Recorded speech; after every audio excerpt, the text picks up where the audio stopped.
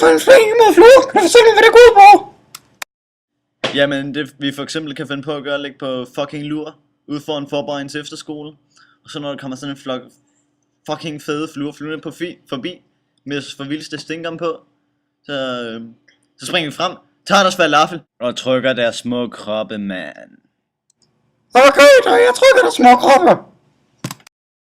Så knipper vi dem, mens vi prikker alle deres øjne ud med en lille bitte knapnål. Så kan de se, hvor fucking tæt det er fluer over hele tiden 24/7.